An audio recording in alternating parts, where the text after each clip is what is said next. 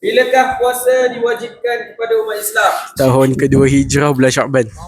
Syaban tahun 2 Hijrah. Betul. 1-0. Apakah hukum solat tarawih? Sunat muakkad. Sini. Kosong.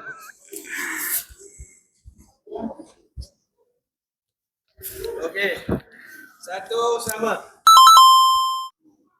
Apakah hukum orang sakit yang tidak mampu berpuasa?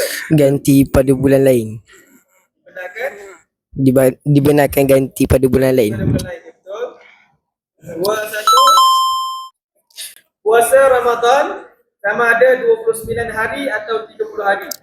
Berapa kalikah Rasulullah SAW berpuasa 29 hari? 8 tahun. 8 kali. 8 tahun. 8 kali, betul? 2 sama. Apakah hukum sengaja makan ketika berpuasa? Berdosa Berdosa besar. besar. Berdosa Batal besar. puasa dan berdosa besar. Batal puasa dan berdosa. Pertama.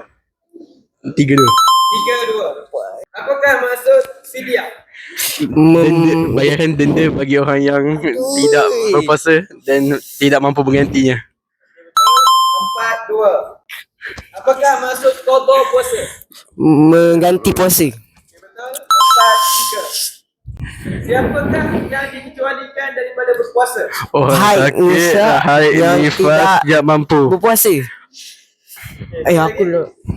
sebab. Haid nifas yang orang tidak orang yang sakit,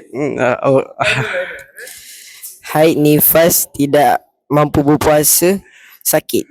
Okay, betul. 4 sama. Apakah sedekah yang wajib? Zakat fitrah. zakat fitrah. Saya dulu Zakat Ustaz, zakat fitrah. tak habis jawab, tak habis. Soalan tak habis lagi, Oi. 1, 2, 3. So, 1, 2, 3.